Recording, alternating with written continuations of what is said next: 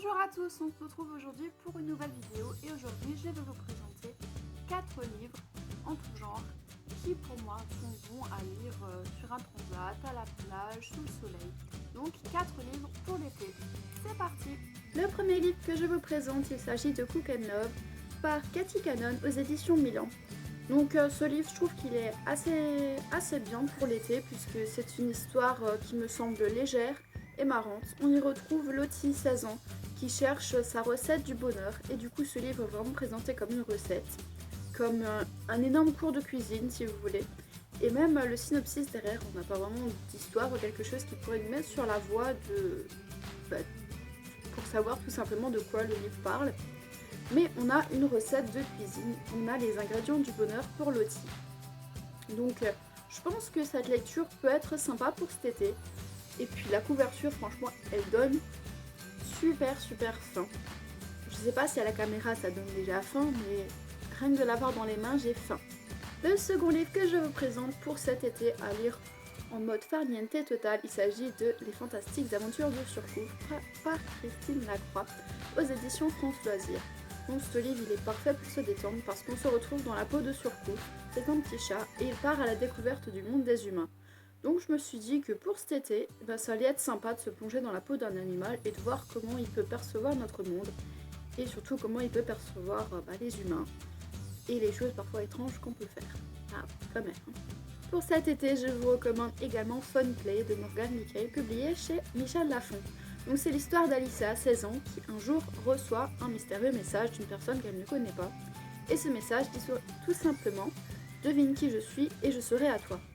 Donc Alissa va devoir mener l'enquête pour trouver qui se cache derrière ce mystérieux expéditeur.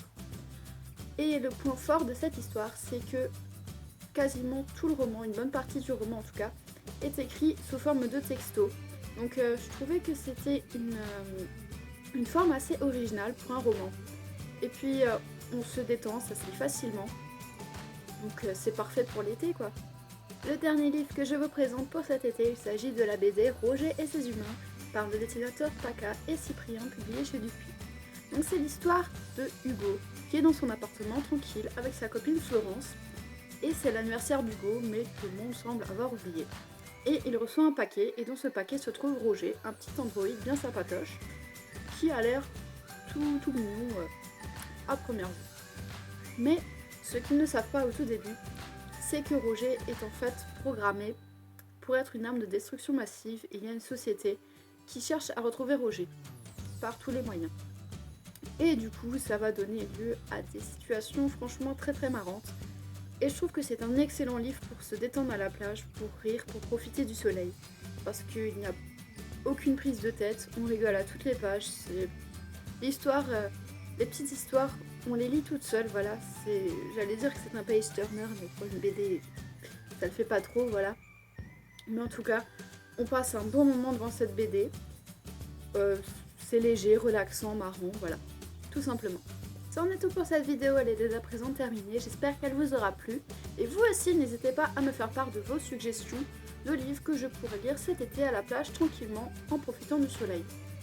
Donc n'hésitez pas à commenter cette vidéo ainsi qu'à la partager, ça me ferait extrêmement plaisir. N'hésitez pas à vous abonner si ce n'est pas encore fait et à me suivre sur les réseaux sociaux. Moi je vous fais plein de bisous, je vous souhaite de bonnes lectures et je vous dis à la prochaine. Bye!